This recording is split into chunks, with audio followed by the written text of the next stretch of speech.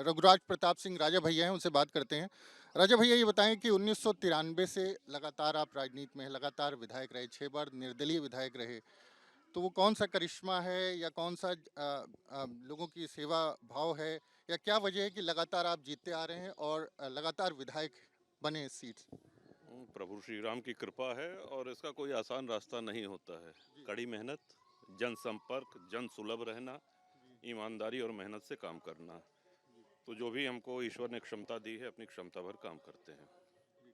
अच्छा, सिर्फ कुंडा की बात ना करें, पड़ोस की जो बाबागंज सीट है, वहाँ से भी आप पांचवी चुनाव बार हमारे प्रत्याशी जीते हैं वहां से। जी, आप चुनाव लड़वाते हैं, वो लगातार जीत जाते हैं। तो उस सीट पर भी कह सकते हैं कि लगातार असर है। जी, बाबागंज से हमारे प्रत्याशी पांचवी बार विजयी हुए हैं। जी। अच्छा, राजा भैया ये बताएं कि यहाँ जब हम आ रहे थे तो कुछ लोग आपको राजा भैया बोलते हैं, कुछ लोग महाराज जी भी बोलते हैं।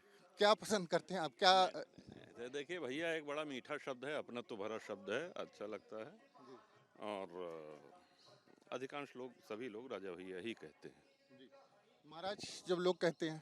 नहीं, ऐसा हमको नहीं कहते हैं। जी, और देखिए, पूर्व रियासत होने के कारण, हालांकि लोकतंत्र है, 75 वर्ष से रियासतें तो समाप्त हो गई हैं, जी, लेकिन कहीं ना कहीं उस परंपरा का कुछ निर्वहन, वो आप देखेंगे कि जो भी स्टेट्स रही हैं जी, पहले, जी। उसका निर्वहन होता रहता है। मतलब वो परंपराओं में कहीं ना कहीं वो दिखता है। परंपरा में लोगों के दिमाग में छवि अभी भी है।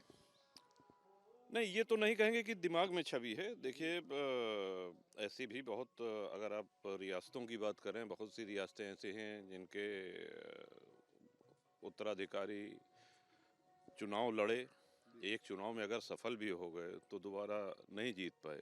जी, तो अंत में तो आपकी मेहनत, आपकी कार्यशैली, आपकी भाषा शैली, आपका व्यवहार, जी।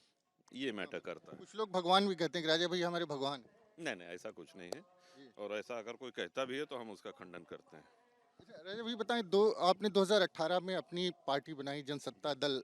तो राजनीतिक महत्वाकांक्षा क्या है? कहाँ तक जाना है? कहाँ एक व्यक्ति के तौर पर, एक नेता के तौर पर और एक पार्टी के तौर पर? देखिए, निर्दलीय की विधायक के रूप में 6 टर्म जीतने के बाद और विधानसभा में 25 वर्ष पूरे करने के बाद एक बहुत बड़ी रैली हुई लखनऊ में, और सभी लोगों से राय ली गई, तब जनसत्ता दल का गठन हुआ है। जी, आपने महत्वाकांक्षा की बात करी। महत्वाकांक्षा की बात नहीं है, लेकिन जो भी पार्टी है, जिसकी भी पार्टी होती है, हर राष्ट्रीय अध्यक्ष चाहता है कि उसकी पार्टी अधिक से अधिक बढ़े, जी। जनता तक पहुंचे, अधिक से अधिक सीटें जीते। तो वही हमारी भी इच्छा है। राजा भैया लगातार आप चुनाव जीत रहे हैं और कई बार इस तरह की एक एक छवि वो आपकी है कि भगवान मानते हैं लोग, तमाम आपके समर्थक हैं। एक आपकी छवि पेश की जाती है कि प्रतापगढ़ में आंधी आए तो राजा भैया और पाथरों पड़े तो राजा भैया।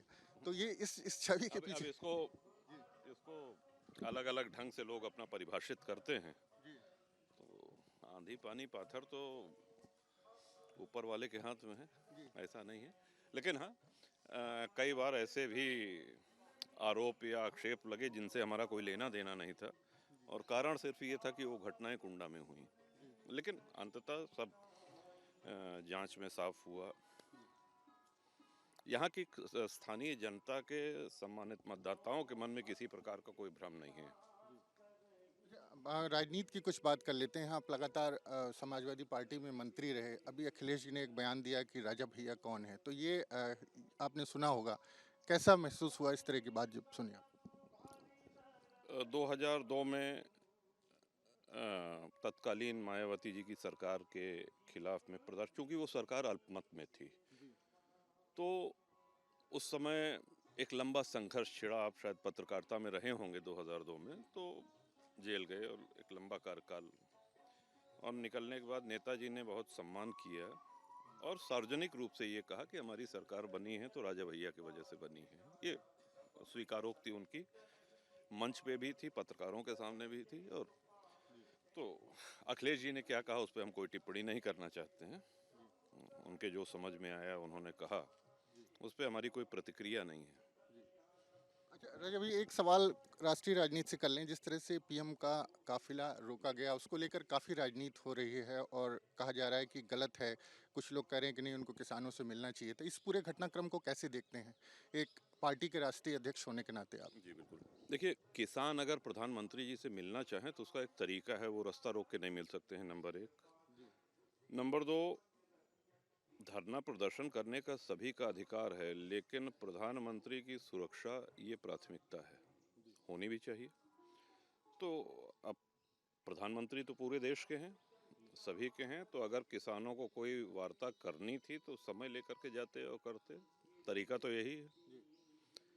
और इससे भारत की छवि भी धूमिल हुई है विदेशों में, जो तरीका ये रास्ता जाम करके धरना प्रदर्शन का है। ये तरीका सही नहीं है, आप मानते बिल्कुल हैं? नहीं, बिल्कुल सही। प्रधानमंत्री का काफिला रोकना ठीक नहीं था। जी नहीं, बिल्कुल ठीक नहीं था।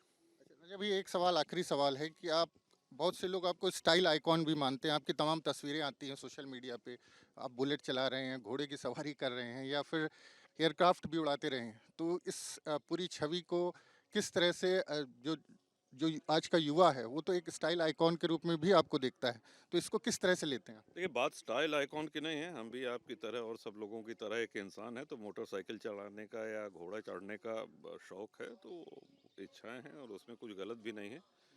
और बहुत बाल्यकाल से ही घुड़सवारी करते रहे हैं, पशुओं का शौक है, कुत्तों का शौक है, तो शौक एक अपनी जगह है, लेकिन मुख्य ये है कि उससे कहीं आपकी कार्यशैली में कोई अड़चन, मतलब जनसेवा में कोई बाधा नहीं होनी चाहिए।